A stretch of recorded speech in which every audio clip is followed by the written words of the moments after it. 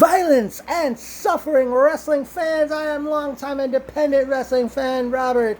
New Bitchassness was a very good show in front of what was a very lively crowd. The show actually begins with Hot Dog Starks. He comes to the ring and he announces, he puts out like an open challenge wanting the biggest, baddest person in the building. And out from the crowd comes the Meadowlands Monster, and they have a match right then and there. Right then and there. And the match was on. It was very competitive, and we saw the Meadowlands Monster defeat Hot Dog Starks. Then our next matchup, we see the Bam Bass Dan Moff against the Unwanted Maniac Joe Gacy in a crazy match, which actually went into the crowd. And at one point, Moff, let's just say, violated Gacy with a chair. Eventually, Joe Gacy ended up picking up the win. Next up, out comes Young, Dumb, and Broke. Jordan Oliver, Charlie Tiger, Griffin McCoy, and Ellis Taylor. And they get the microphone and they're talking about things they're going to do. And they challenge anybody in the back to come out and face them. And out came Jay George, Toasty Tom, Smooth Blackman, and someone whose name I did not get, and I apologize for that.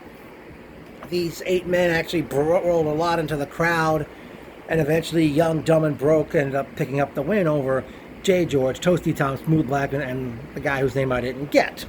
Speaking of which, after they got the win, the guy whose name I did not get, he put down his partners for losing the matchup, and the guy then put on an open challenge, and out came the Jurassic Juggernaut Vince Steele and climbed to the top rope, and he basically made instant pizza out of this guy, poor bastard. And Steele took the microphone and he said he was calling out Dan Moff for a match at a later time.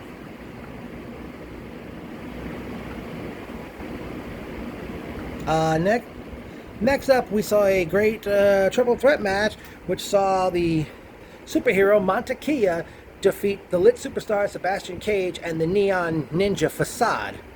One point in this matchup, Facade he had a custom-made neon sign. He wrapped it around a chair. He used it on Montekia and Cage on the floor. I forgot if they went to intermission at this point or not. But I know the next matchup we saw Tony Deppen challenge El Presidente Sanchez with Riley Madison for the Pro Wrestling Magic Heavyweight Championship.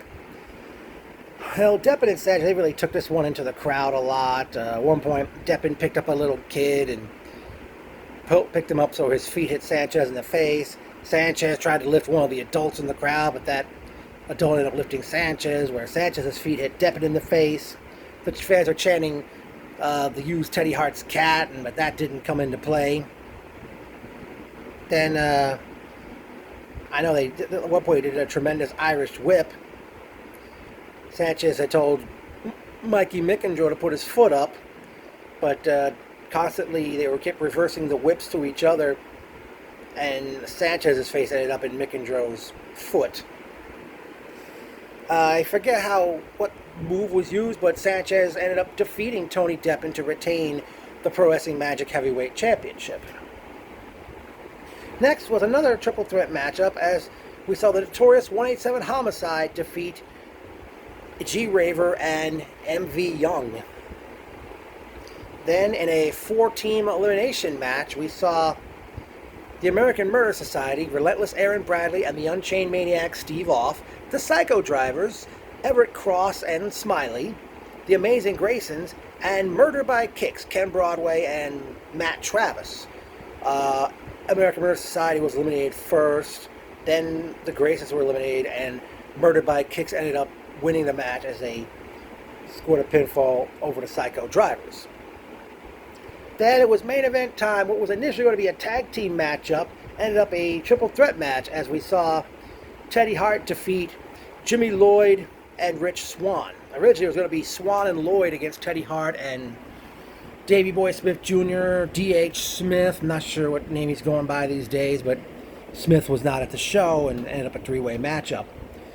And after the match was over, Swan took the microphone. He said he used to see Jimmy Lloyd in the crowd at various promotion shows, and Teddy eventually took the mic, and I forgot because at that point I wanted to take my leave and catch the next bus that was coming back to New York City. But it was all in all a very good event. Personal notes time. It was great seeing Mike Nicholas, Orlando Fernandez, Shane Fair, Elliott, Mikey Mickendro, Lawrence, Omar, Erica. Who else I remember seeing at this show?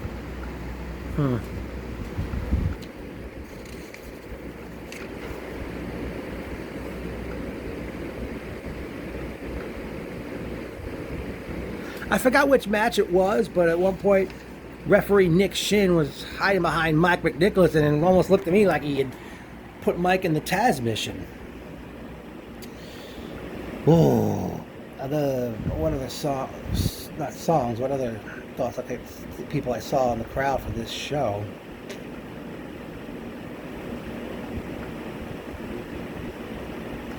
Well, no return date was announced, but Orlando, please do not.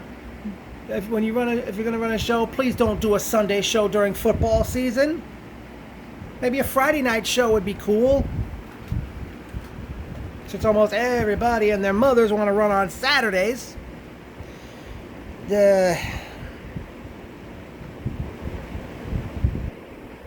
Dang it, what else can I say about this show?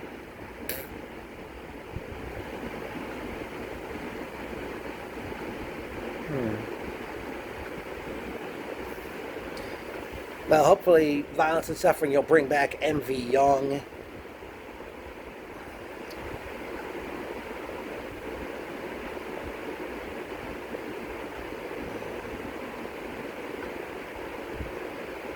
Dang it, what else can I say about this show? No, actually, maybe at the next show we'll see Vince Steele one-on-one with Dan Moff.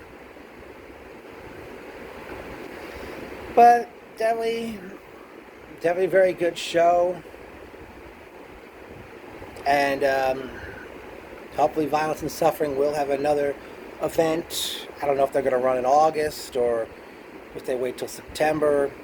But again, Orlando, I hope you don't run on a Sunday during football season, because I don't do Sunday shows during football season. So hopefully I'll be able to go to the next one once the date's announced, unless it's on a Sunday during football season. And there'll be more Violence and Suffering.